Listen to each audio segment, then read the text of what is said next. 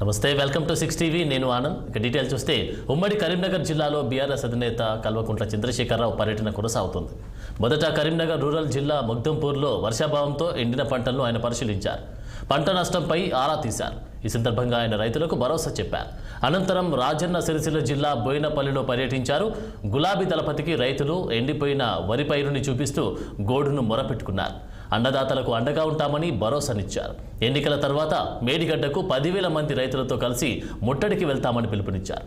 పంటలకు నీళ్లు రాకుండా ఎలా ఆపుతారో చూద్దామని పోరాటానికి రైతులంతా సిద్ధంగా ఉండాలన్నారు. అనంతరం శభాష్పల్లి వద్ద మధ్య మానేరు జలాశయాన్ని పరిశీలించారు.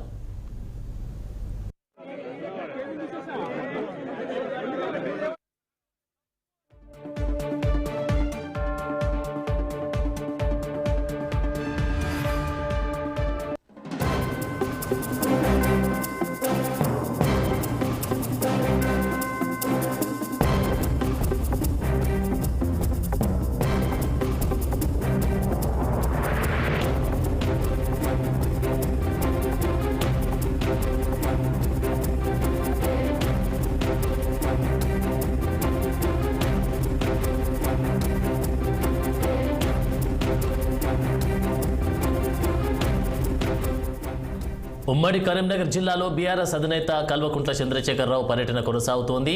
మొదట కరీంనగర్ రూరల్ జిల్లా ముగ్ధంపూర్లో వర్షాభావంతో ఎండిన పంటలను ఆయన పరిశీలించారు. పంట నష్టంపై ఆరా తీశారు. ఈ సందర్భంగా ఆయన రైతులకు భరోసా చెప్పారు.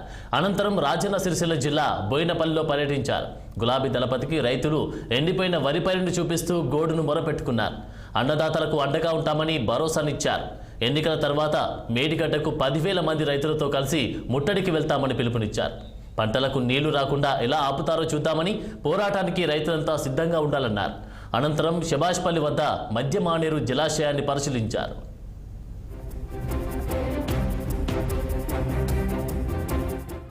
ఇక ఇదే అంశానికి సంబంధించి మా సిరిసిల్ల ప్రతినిధి రఘు తాజా అప్డేట్స్ అందిస్తారు. రఘు. Thank you Anand. ఈరోజు కేసీఆర్ బోయినపల్లి మండలంలోని రైతు సంబంధించిన పంట పొలాలను పరిశీలించడం జరిగింది. అక్కడ బోయినపల్లి మండలం కేంద్రంలోని ఒక పొలంలో ఎండిపోయిన వరి ధాన్యాన్ని వరిని చూడడం జరిగింది. అక్కడ రైతులకు గతంలో ఉన్న ప్రభుత్వము మంచినీటి నీరుకు సంబంధించిన వ్యవస్థలు అన్ని సౌకర్యాలు చేయడం జరిగింది. ఈ ప్రభుత్వం మాత్రం రైతులకు సంబంధించి ఎలాంటి కార్యక్రమాలు చేయట్లేదని చెప్పి అనడం జరిగింది. అంతేకాకుండా రైతులకు సంబంధించిన ఏదున్నా కూడా నేను ముందుండి కొట్లాడతానని చెప్పి కేసీఆర్ చెప్పడం జరిగింది. అంతేకాకుండా కొడుపాక దగ్గర ఉన్న రాజరాజేశ్వర జలాశయం మిడ్ మానేరు కూడా పరిశీలించడం జరిగింది. గతంలో మా ప్రభుత్వం ఉన్నప్పుడు మిడ్ మానేరు ఎప్పుడు నిండుగా ఉండేది. ఈసారి కాంగ్రెస్ గవర్నమెంట్ వచ్చిన మిడ్ మానేరు మొత్తానికి ఎండిపోవడం జరిగింది. దీని వల్లనే రైతులకు పంట నష్టం జరిగిందని చెప్పి కేసీఆర్ అనడం జరిగింది. ఆనంద్. ఓకే రఘు, మరి దీని తర్వాత మేడిగడ్డ ముట్టడి కూడా ప్రయత్నం చేస్తూ ఉన్నారు. రైతులంతా సిద్ధంగా ఉండాలని కూడా చెప్తున్నటువంటి ఈ నేపథ్యంలో మరి రైతుల స్పందన ఏ విధంగా ఉంది? రైతులు కూడా ఆనందం వ్యక్తం చేశారు. దీని తర్వాత ఎలక్షన్ల తర్వాత కూడా కొంతమంది రైతులని తీసుకొని మేడిగడ్డకు కూడా తీసుకెళ్తానని చెప్పడం జరిగింది. మేడిగడ్డలో గతంలో ఉన్న ప్రభుత్వం ఏ విధంగా చేసిందన్నది కూడా వాళ్ళకు ఎక్స్ప్లెయిన్ చేసి చెప్తారని చెప్పి కూడా చెప్పడం జరిగింది కేసీఆర్. ఆనంద్. Thank you Raghu.